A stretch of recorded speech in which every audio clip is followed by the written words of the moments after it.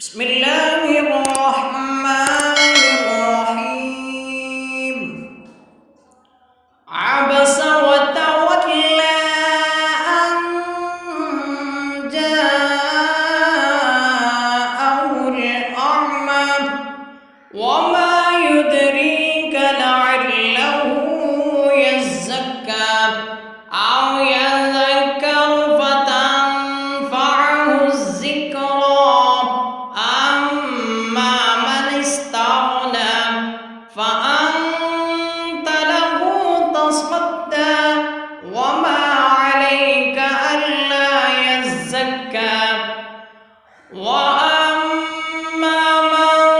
جاءك يسعى وهو يخشى فأنت عنه تلهى كلا إنها تذكرة فمن شاء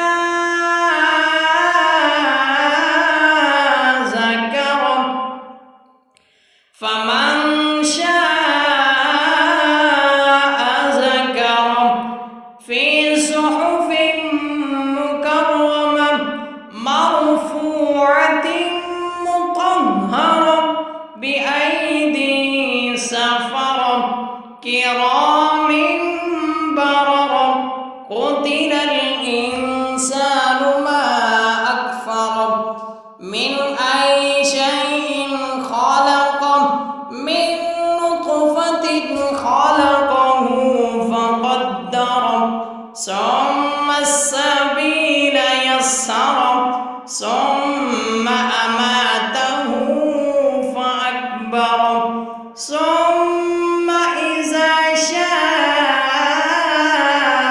أنشره كلا لما يقض ما أمره فلينظر الإنسان إلى طعامه أنا صببنا الماء صبا ثم شققنا الأرض شقا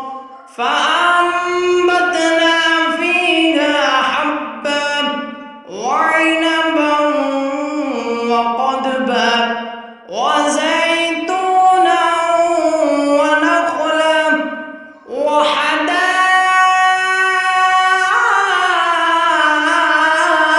وحدائق غلبا وفاكهة وأبا متاعا لكم ولأنعامكم فإذا جاءت الصاخة يوم يفر المرء من أخيه وأمه وأبيه وصاحبته وبنيه لكل امرئ منهم يومئذ شأن يغنيه وجوه يومئذ مسفرة ضاحكة مستبشرة ووجوه يومئذ عليها غبرة ترهقها قترة